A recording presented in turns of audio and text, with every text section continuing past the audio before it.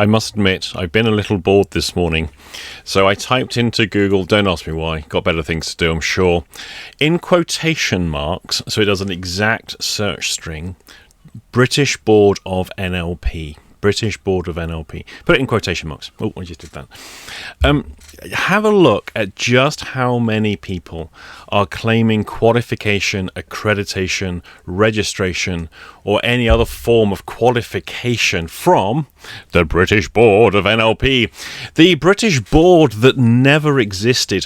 What did exist was a shambolic attempt at a money grab called BBNLP Limited, which they then claimed stood for British Board of NLP. But BBNLP Limited was not the British Board.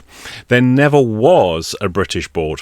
To be a British Board in the UK is a protected term. You have to meet certain criteria to government, because a board advises government as advisories from the field. They are the luminaries of that field. They are representative to government.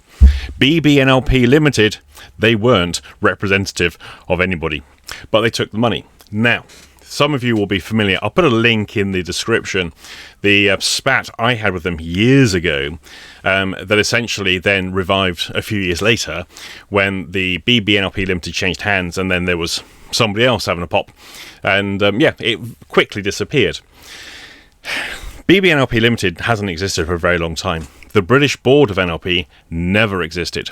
Now, type in British Board of NLP in quotation marks and look at just how many people continue to claim qualification from them, continue to claim that this gives them authenticity, it validates their expertise from their whatever course they did. BBNLP, British Board of NLP, are not the only ones. There are hundreds and hundreds of qualified, well, I say hundreds and hundreds, there's probably about 100 qualifying bodies who all claim to be protecting the standards of whether it's hypnotherapy, counseling, therapy, NLP, or any of the alphabet therapies. And new ones spring up all the time. The question is really, what is it they are promoting? What is it they are offering their members? Qualification, they don't. Apart from, I'm going to create an organization, I'm going to call it whatever, and if you give me money, I will tell you we accredit you. That's basically it. It's a scam. I mean, the reality is, I was a nurse for years, and I had to pay, I think it was £70 every 3 years to the accrediting body for nurses, which was basically, if I send them cash every 3 years, they renew my certificate, which means I'm allowed to practice. But they have legal backing. They have allegedly a quality control system that basically means if I transgress, there is a legal backing behind having me removed, and I can't then practice or claim qualification when it's removed. No such thing exists with these voluntary bodies, which are largely voluntary commercial organizations. Now, I'm interested, what other registration bodies are out there that may or may not actually exist that aren't government-backed and don't have any legal binding?